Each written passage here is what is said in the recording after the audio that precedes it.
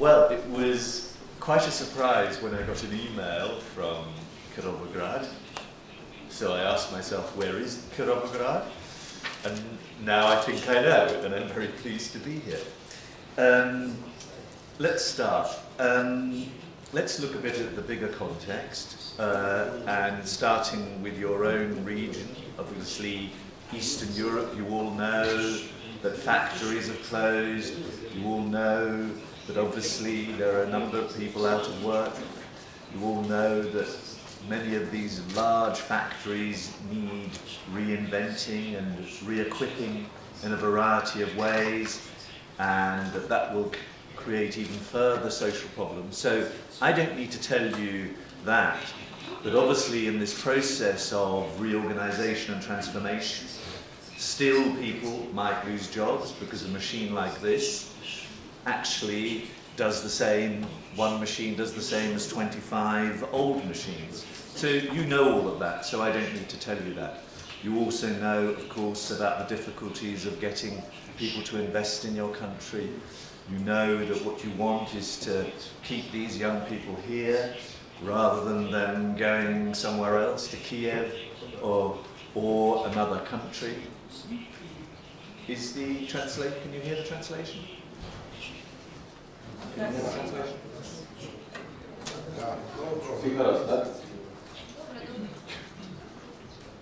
Yes. Yeah? Can you hear that? Fine? Okay. So you all know that obviously the transformation includes creating new machinery that might get rid of 25 other old machines, which of course can cause big problems. I think you all know as well, of course you know, that it's all about keeping your young, talented people in the city, and the question is, will these young girls, in this case, make their future in Kirovograd, or will they do it somewhere else? I think we also know that as the transition to the market economy created completely different physical environments, and sometimes clearly the adverts are a bit invasive, perhaps they're too much, perhaps some of the new developments are not really blending the old and the new together in a very good way. Obviously the shops are shouting. Perhaps you had little colour before and now you want more colour than anyone else in the world. I don't know, that's for you to decide. We also know that the average person is not necessarily interested in creativity. They will be asking questions like, what do we do with the garbage? Build better roads and so on. But we also know that every territory in the Ukraine and the rest of Eastern Europe has certain assets and resources. One asset in Kirovograd is obviously the flying school. We know also that in the case of Kirovograd, you like dancing. Congratulations, of course, on becoming the dance capital, but other cities will have other resources. All of this we all know. And we also know that everybody's got aspirations, and the key central question is, can these aspirations be met in this city? I found it quite interesting to see the snow and these people near the administration lying in the sun. Quite interesting. And we also know from a government perspective it's quite difficult to juggle priorities. When on the one hand Sergei Larin says we need to be creative, and then someone else says my lavatory isn't working. I mean, how do these two things get balanced? So that obviously is a difficult question. So let's now take a step back and just look at the bigger picture. The plan B, you could call it plan B, because the old plans that we had usually do not work. Now, there are a series of assumptions that the whole creative city idea involves. The first is that it is about harnessing, bringing together potential and creating new possibilities. That's the first point that it is about. That's one of the central assumptions. The second, it is about empowerment in the way that has already been discussed. Because you cannot build a creative city without a strong civil society. It simply doesn't work. And the reason is because you want as many people as possible to contribute to making this city. In the old system, perhaps more hierarchical, more controlling, more from the top down, very difficult. We now need a system which is top down and bottom up at the same time, where administrations move from being more controlling to more facilitating and more enabling people to give of their best. And as Albert Einstein said, as it says here, imagination is more important than knowledge, because you won't get any knowledge unless you first have imagination. The other assumption is that this imagination is now like a new currency. It's like capital. It's as good as capital. A good idea, being able to think well, is the equivalent of having money in the bank. One of the aims, of course, of all of this work is how you have a greater sense of centrality, how you are more in the center of things as Ukrainian cities. And the problem we know is that smaller cities, at the moment, have a very, very big problem because everybody is moving to the center. In many countries, though, in Western Europe, this is beginning to shift to some extent, as it's possible to work in different ways and so on. But this is really the challenge for Ukrainian cities. Another one, central assumption, because there are many people out there who think that the sort of things we are discussing today is not important. What we do know is that the uncreative city will fail. That's absolutely clear. The city that does not think afresh, the city that only thinks of doing things in old ways, we do know, and that is definitely true, statistically, in every sense, that it will fail. So this is a sign in Eindhoven, and this is why I like what's happening in Kirovograd. This is in front of a massive old factory, and it says, "All glory comes from daring to begin." And in a way, this meeting is a sort of public acknowledgement of your city's desire to begin this process. Now, another central assumption is that everybody is trying to make their own place more magnetic. It wants to attract and keep the people who are in their city, and so that you can really get a sense that this is a place where I want to be. Now, if we're just simplifying in one slide the totality of what I'm saying, a great, livable, creative place is a place of anchorage, i.e. there is some solidity, there's some history and all of that. It's also a place of possibility. It's a place where you can connect. It's a place where you can continually learn and change. And it's a place also that inspires you. So these, I think, are really timeless principles.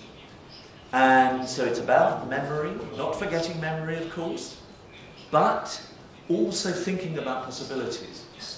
This is the Central Library in Singapore, and it has a room that actually says the possibility room.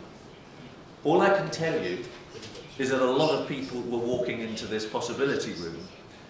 Connections, you know, we know there is the problem of connections of places like Kirovograd, but there's obviously also things like Wi-Fi, broadband connection too, but also any city needs this touch occasionally of inspiration. I'm not saying you do this in Kirovograd, I'm just showing you a picture of Venice, which decided to do this. So now I want to discuss overall 4 things.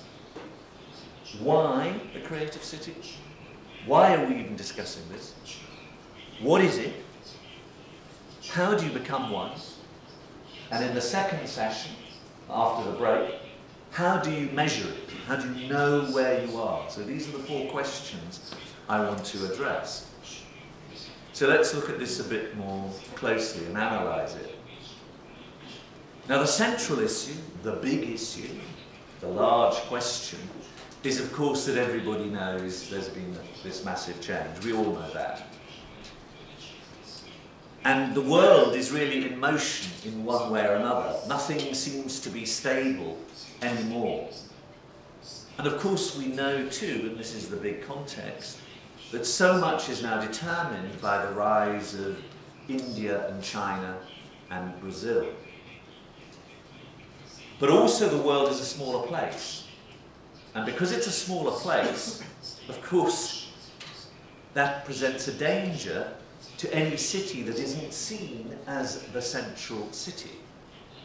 And we know that this is enabled by new technologies, digital world and so on. But what's quite important, this is a map of internet transactions in America, and those white spots there are places. So even though there's a lot of internet transactions, people want to be in a place. They don't want to be floating in the middle of nowhere. So place matters as never before. But of course, there are the advantages and disadvantages of global culture and the threat to local identities in that. Many cities, very big cities, look all the same today. They have McDonald's. By the way, there are 32,000 McDonald's, just in case you want to know. And if we put them next to each other, we could go from here to Kiev, just so you know. So that's how many McDonald's there are. Now, that may be interesting for some people, but it's not very distinctive. We also know that the economy has changed from the agrarian, industrial, to the knowledge economy, and increasingly people say that you can only do all these other things like gain knowledge, develop new services, if you use elements of creativity. So in the past, of course, places like Kirovograd and other cities here were all about natural resources and factories and selling basic products as cheaply as possible, sometimes with unskilled labour, mining, producing simple things. Okay, that's fine. Then, of course, we're moving to one economy where people are thinking much more about efficient and effective processes of production. And indeed, even you were thinking about how do you make an efficient and productive administration. So that's all about good management and so on. Of course, very important. Being very predictable about how things look, that they are repeated and so on. That's a certain form of economy which works in its own way and is very important. The next phase is, of course, everybody over the last 30 years has been talking about quality, reliability, that things work and so on. New forms of producing things in all spheres. And this is about producing fantastic products and services. And now, the latest shifts is really the value added of design. Thinking about services, personal services, other services, and products that are less purely functional, but also have an experience in the product in itself, so it's more like a sensual object. But it's also true that you want that experience, for example, of entering the city council, to feel one that is welcoming, etc., etc. So that is this new dimension that's coming. So it's all about the experience. Just think of the iPhone, the Apple iPhone. This is the classic example of what we're talking about. It combines the functional and the aesthetic at the same time. So all of these new things about design being really at the center of how we think has become incredibly significant. Now, of course, and this is this bigger context, which is frightening perhaps for some cities, is this continual desire, we must innovate, innovate, innovate, innovate, innovate. Now, obviously people have innovated, but now people are talking about new forms of innovation. For example, how do you innovate a government? How do you innovate a public administration? Historically, we never thought about those forms of innovation. How do you innovate a hospital? How do you innovate a transport system? How do you innovate the sanitary processes in a city? So this is all about different business models, and Google is obviously a big example of that. And one of the trends in the world is less having festivals of, let's say, only art or music or etc., but also, therefore, you see this rise of festivals and places, this is Brisbane in Australia, that's having ideas festivals because it wants to have ideas in their place, since it's the ideas that often generate ultimately the value-added services and everything else. So those shifts are quite important just to bear in mind as we think of creativity. We know the question of keeping young people. There was a survey in the US 15 years ago of all the big cities, you know, Boston, Seattle, Washington, and 80% of people, particularly those more educated, chose the job or the company first before the city. 2 years ago this survey was repeated, and it's nearly reversed. 2/3 of people choose the city first before the company and the job. They first say, I want to go to that city, and then within that city, I will look for a job within that city. Now, this is a simple statistic, but it is so dramatic that it cannot be exaggerated, because it means that the way a city works has to be completely reconceived, because everything, therefore, focuses on the attractiveness, livability, stimulation, etc. of a city. So that question of talent, and I'm looking at talent in a very broad way, it could be a good administrator talent, it could be a good hospital manager, it could be a good artist, it could be all of these types of people. Now when you look around cities, you keep on seeing signs like this. This is a sign in Brussels airport. Or here is a shop in Helsinki, which is called the Talent Shop. So you can see this agenda when you look around a city. Now, adding all of these things together, it is a bit like a paradigm shift. It really transforms how you have to look at the world.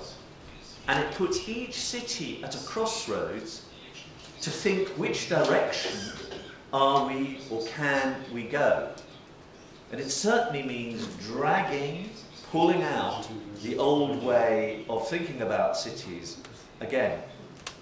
And because we've got Albert Einstein, and we like Albert Einstein, he said, the thinking that got you to the problems you have will not be the thinking that gets you to where you want to be. Now, that's quite important for me, quite an important conclusion. And last year in Shanghai was the World Expo, which was about the future of cities. That was the theme. And everywhere you went, every pavilion was talking about things. How can we have an idea? How can we have a vision? It says words like utopia there. How can we rethink how our city works? How can we rethink settlements? How can we think the balance between nature and the physical city? And I gave a talk for the UN, and the UN is not normally regarded as the sort of flexible organisation. It's regarded as a bit like this, yeah? What was the central theme of the UN pavilion in the World Expo? Your agenda. So even the UN is saying that this is an agenda that we must begin to take extremely seriously. You can see the words there from their pavilion. So the qualities we're talking about when we talk about creativity is the capacity to think afresh, to think how you reinvent traditional sectors, or being very simplistic, how do you make 1 + 1 = 3? So that's one way of looking at it. So for example, this old lady, is she ugly or beautiful? Is she wonderful or should put in the dustbin? So the creative city says, what is this resource of this old lady? What do we do with her to use her potential? Equally it says, back to garbage, our garbage in Kilometer, is garbage a problem or is it a resource? So if you have a recycling plant, you're taking a problem, garbage, and turning it into another thing. So the creative idea is always to sort of try and see, can we turn a problem into an opportunity? So it requires, though, a certain type of mind, which is more fluid, open, but at the same time able to be focused. This is the interesting balance. The creative mind isn't just, oh, let me be creative. It's also, yes, I've been thinking like this, now I need to focus and deliver my creative idea. So when we look at the cycle of creativity, it starts with getting people to be curious. And what helps people to be curious, of course, is having a vision in a city. Once you're curious, you can have some imaginative ideas. If you let your imagination go, you can have some creativity. Then you might get an invention, and that, when it is applied in general, will become an innovation. So this is a very important cycle. But it starts with curiosity. This is a Pittsburgh Children's Museum, which has this massive sign which says, curiosity. The other cycle dimension is, a lot of people think creativity is just about having an idea. You need to be just as creative in turning the idea into reality.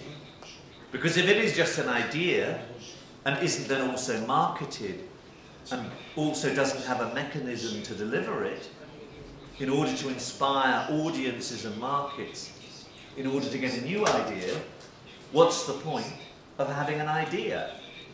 So this is very much, this is Microsoft's research center, which says turning ideas into reality. So the idea on its own is not enough. Now, the scope of creativity is broad. And the way you have already discussed it is equally broad. And unfortunately, you have to start with new ways of thinking. Now, this is very irritating for those people who think this is not a very interesting agenda, because they think all you're doing is just trying to change mindsets, you know, you're just being conceptual. But that is one core element. But the scope, of course, is organizational innovations, different structures, new forms of leadership. The fact that you are a listening authority is an example of a switch in thinking. The fact that you have tried to make the financial structures transparent and clear in the administration is an incredibly important platform on which to build creativity. Unless you have that solid platform, creativity could turn into things we don't like. It could be the negative form of creativity. So those are two dimensions. So that is also about rethinking rules. This is an artwork by a Moscow artist, but it's quite interesting. But it reminds one that some of the rules need to be reassessed. But it also might mean reassessing how we teach as well. Do educational establishments still have people lined up like that? Or is there a different way of bringing people together?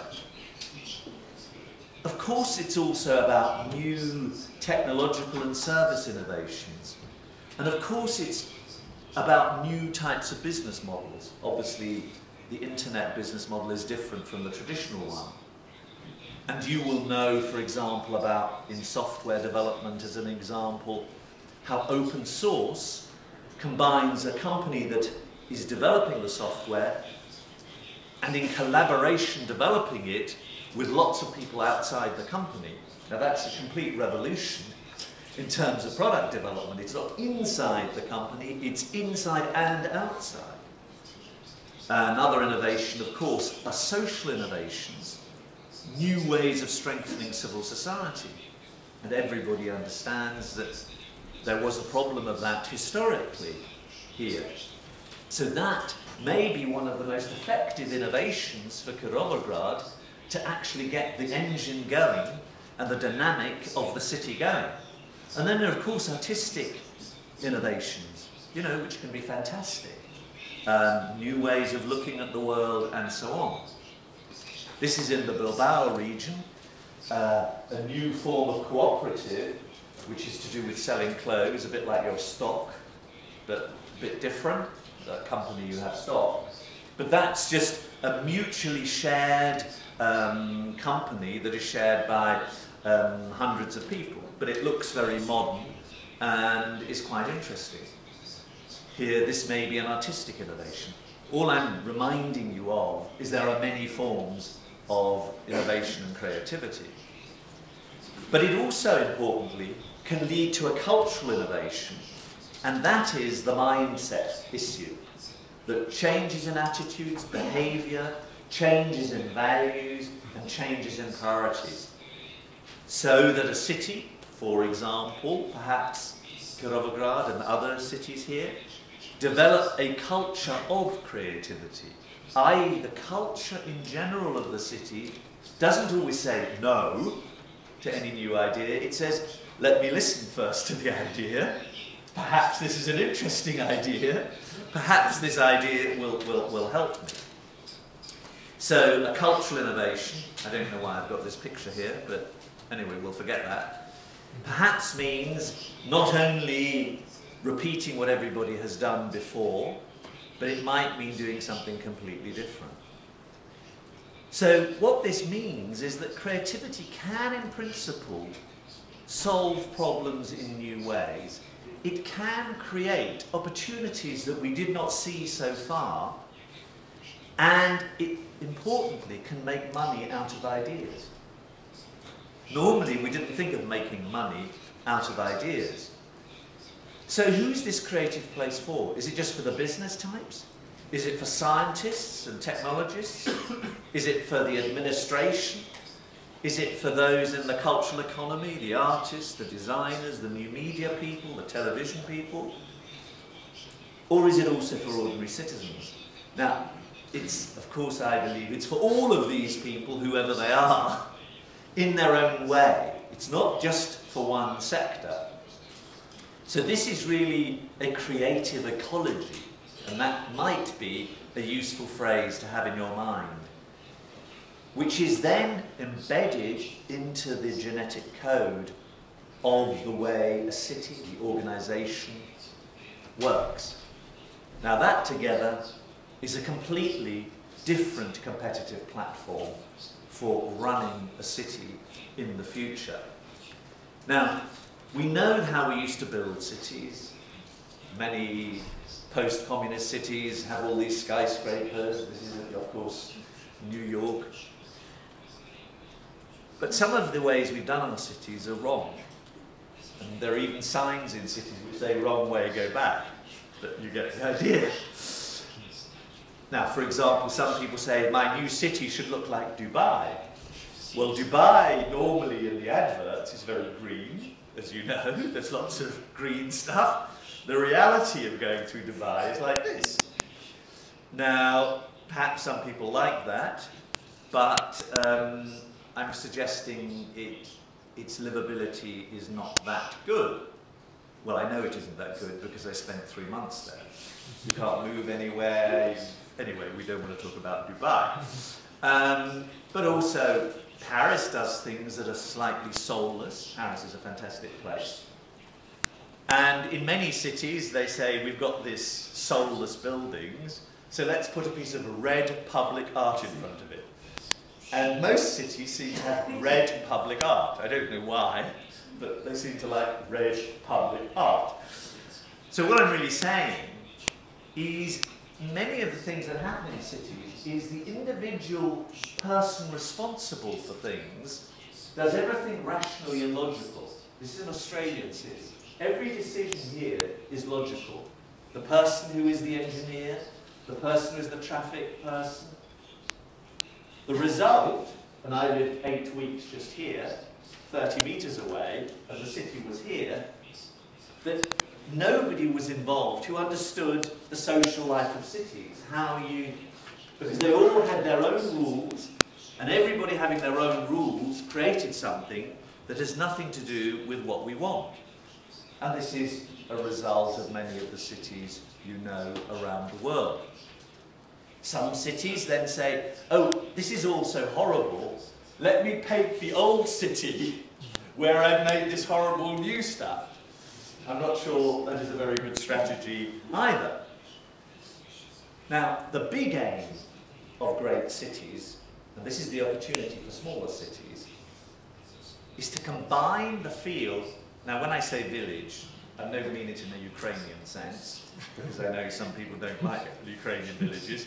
I mean it in the British sense, which basically says that in a village atmosphere, you know each other, you support each other, you help each other, there's an element of positive intimacy, you build community. But you combine that, the great city, with that sense of cosmopolitan. Now, if you can, in your smaller cities, retain some of those aspects of the town or village, with that sense of being connected, cosmopolitan, I'm part of the bigger world, that is a key dimension. Now, there are some key messages, and then I'll stop this part of the presentation and we'll have a coffee break or whatever. When you're thinking of your city, are you just thinking, I have a project here, I have a project there, I have a project there? Is that the way the city is made? Or is the city the project? Easy to say, difficult to do, but completely different. Because this implies, is the city the project? It implies the software people and the hardware people collaborating. It implies the governor collaborating with civil society. You know what I mean.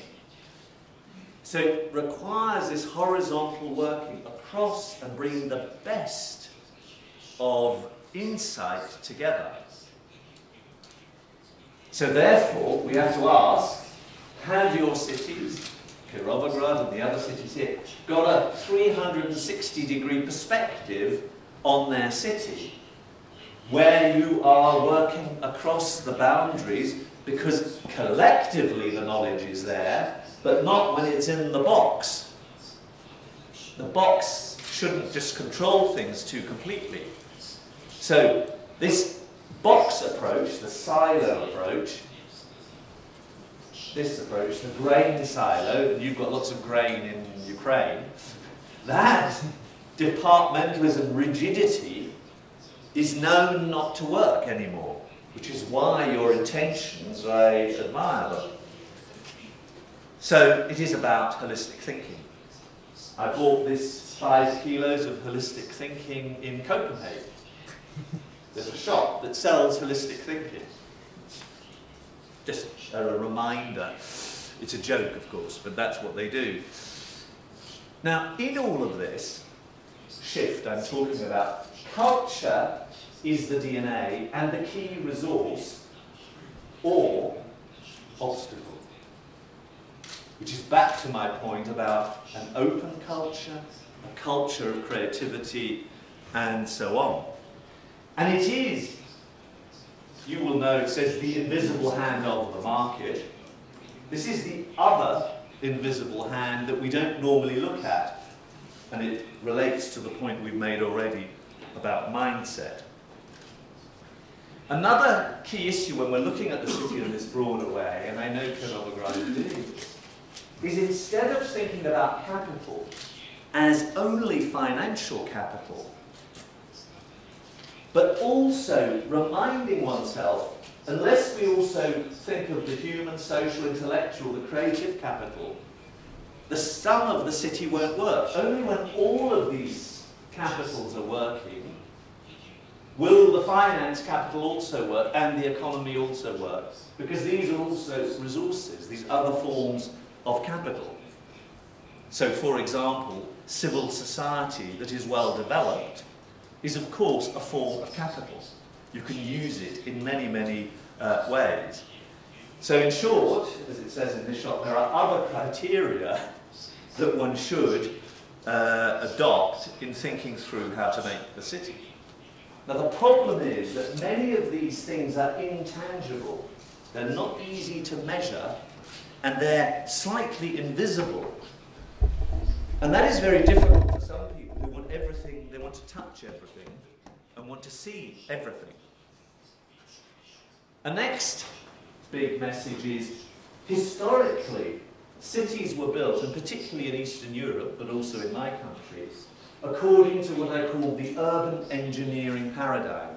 You first think of the hard things, get the road done, get all of these hard physical things done, and in a way often people were a bit of a nuisance because we've got to get the hard things done, and they are of course very important, versus what we are discussing today, which is creative city making, which combines knowledge of the hard and the soft. For example, unless the processes in the administration are clear, as we discussed, then this hardware stuff won't work. That's also, the soft things have to work as well as the hard things. So while we admire, and I admire engineering for doing fantastic things, and you know, there's beauty in well-engineered products, of course there is.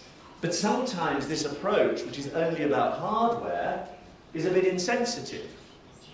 This is in Italy, you know, this is a lovely artistic thing, and then just put a motorway straight through the street. So that hardware thing is something to think about, because we know that the reason for cities historically to be is as a place of transaction.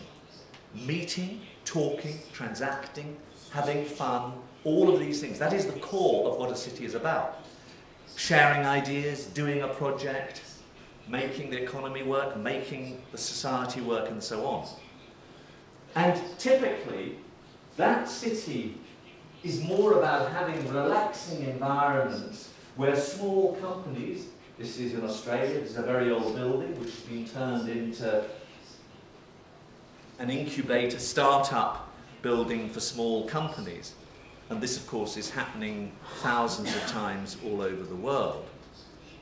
Another one, and I understand that this word, you know exactly what it means, but it's difficult to translate into Ukrainian, urbanity.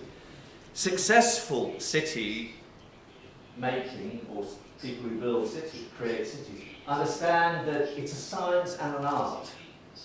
It's both together, it's combining these different dimensions that I'm talking about. Now, I am completely aware that someone who is brought up in a narrow discipline might find this a bit of a threat. I'm completely aware of it.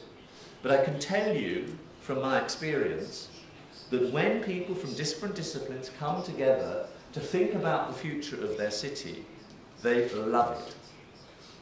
I can assure you, from all my experience tells me, bringing different people together to jointly solve a problem is fantastic. Like you described about the escalator problem. You brought different people who looked at escalators together and you solved the problem.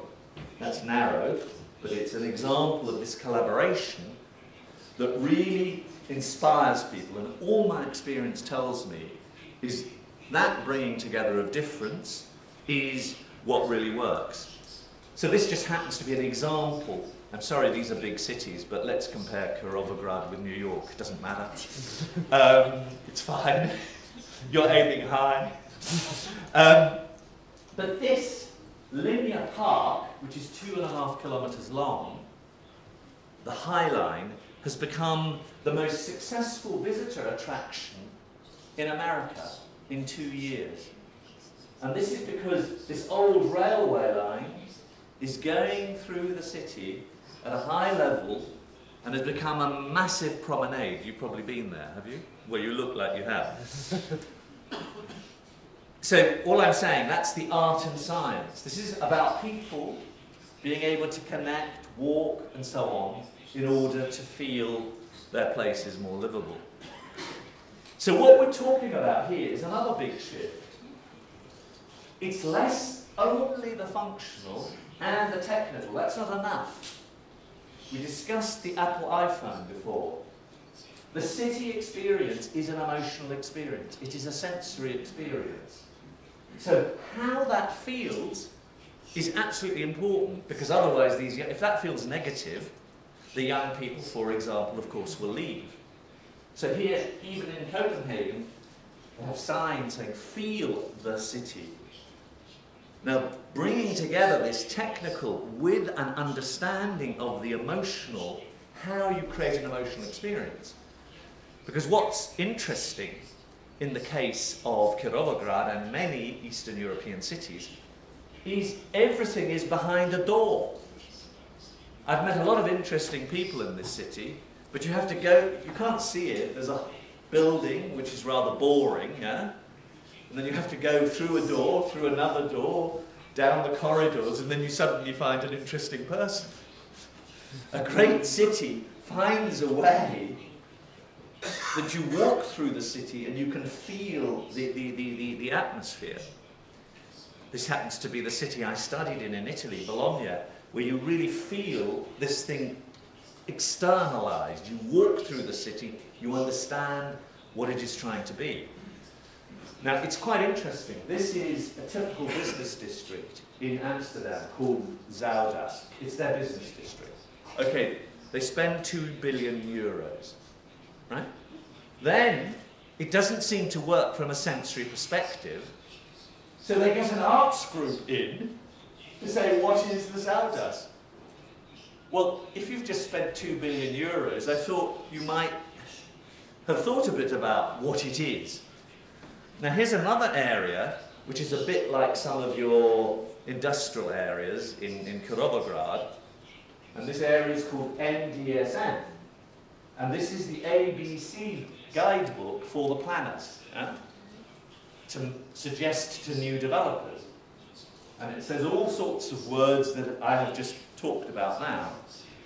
And then it says to the architects and the developers, make it feel like this. Now, why do they want to make it feel like a campsite, a caravan park? The reason is because, as you know, if you've been in a caravan park, there's a lot of connection with people, you talk, it's very informal, it's easy to connect. I'm only showing you this because this is such an extreme from that very traditional model, but this is a model more and more people are thinking about. Now, this is an important point for Kirovograd and I think East European cities, which is making the invisible visible. We know there are interesting things like what Yuri, I see Yuri, you know, your things are interesting. But we want them visible in the city. And that means that the environment that you create should show the intention of your city, that your political plans, your ideas to involve people and so on. So, for example, if we take the green agenda, being more sustainable, you might have a different aesthetics to describe that. Here's an example. This is Malmö Western Harbour in Sweden, so they have an icon. Everybody wants an icon. Got to have an icon. This is very ordinary buildings for ordinary people. But why is it carbon neutral? When you walk around, you immediately understand how this complex, which is incredibly regarded as a global model, works. So you don't have big signs saying, we are sustainable. You understand it by seeing it. I'll give you another example. The greenest city in Europe is a German city called Freiburg, exactly the same size as Kirovograd. And this building is called the Sunship, co-designed by artists and architects. Everything is carbon neutral, but you can see the intention by the way it looks. Or, as they say, behind these doors, very clever people are working. So the key point here, and this is a point to Kirovograd and perhaps the other cities, is being hidden is not enough. And this is really about how the public space works in the city. So what we're doing here is many of the cities we've built because we formally just thought, here's a function, here's a function, here's a function. It's very fragmented. For example, of course your technological university is, we were all positive about it, but it is somewhere over there in another world. You're either in it, it doesn't link into the basic texture and fabric of the city. And what you find is that most cities are trying to retrofit, fit back in, conviviality, spaces and places where, rather than having empty spaces like this, spaces and places where people can come together. So here's another example, yeah? I know these are big cities, it doesn't matter. Because it's the same logic. This is Chicago, so the mayor looks out of the city and says, I don't like that, because people are moving away from Chicago, and does this. Now the cars are still here, but the environment within which the cars are is completely transformed. Or here in Seoul, in Korea. I know all of you like Korea, Andre and Sergey like Korea. So you know, of course, about Cheonggi-cheong, which was a motorway, and the river was underneath, and then they said 8 kilometers of this, and as you both know, it is the meeting place for lovers, for ordinary people, to gather and just sit in the city. And this is a transformational idea, which I think is really good. Or, again, a big city. I'm comparing all Ukrainian cities with New York today. Right. The mayor of New York said, Broadway is horrible. There are too many cars. So he bought 500 $5 chairs. Yeah? Closed half of Broadway and just put the chairs there. Yeah? He found it so difficult to get rid of the chairs after 3 months that he has had to change the way 42nd Street Broadway works by putting chairs there all the time. Yeah? This is a very simple idea, but I mean, again, I'm not saying you do this exactly. All I'm telling you is some things don't cost money or very much, and it's just about rethinking things. So these spaces I'm calling convivial spaces are important, but they are declining. So it's all about this sort of type of environment. Just a few more points and then I'll stop and we'll have a break. Now I'm sorry, this word is a big word. Because we've got the people who disagree with the creativity agenda. So we want to be strategic, but at the same time incremental. So we know where we're going, and we've got lots of steps where we know how we're going to get there, which are examples, practical examples. And a number of cities, for example Taipei, have this program called urban acupuncture. You know when you have acupuncture, you put a needle in, it goes shh. It's like a catalyst. So they have looked at their city and created these points. Other cities have created urban oases, so like an oasis of calm, etc., etc. So in the case, the reason is in order to generate energy and stimulation. So here is a very declining area in Taipei, a street, very, very difficult. It's one of their 15 projects which are called urban acupuncture points. And they have just sort of sliced through some buildings, this mad thing. Now, it's very interesting, I was there, and although I can see young people here, everywhere else there were lots of old people sitting around this area thinking, oh, this is rather nice. This is bright, completely, initially perhaps a bit strange. This is what it looks like, and then there's the street again. And above, on the second floor, is a start-up unit for young students who begin their businesses in this particular place. Here's another example. This is in Canberra, which is the same size as Kirovograd, it's small. This little cafe here on the corner is 12 square meters. This point has become one of the key points of the city. It's a tiny little point. So what I'm suggesting is that you look at Kirovograd or your own cities and think of these points where you can generate some energy that acts catalytically, rather than thinking of doing one massive project that might be in one building, just as a contrast. So what we're really saying, and I'm about to finish, is we want the city to feel that it is seamlessly connected, it's easy to move around, things feel close, and that you show signs of it in the urban environment that you really care.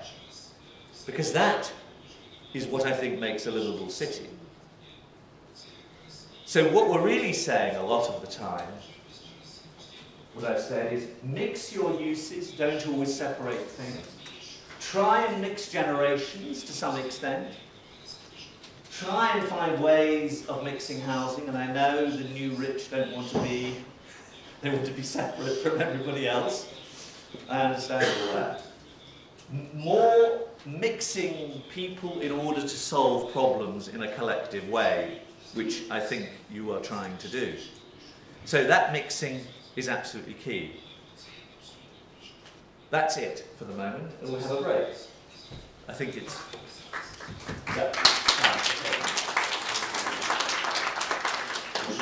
Перше бачу таку пунктуальність і вміння працювати по графіку. Я всіх запрошую до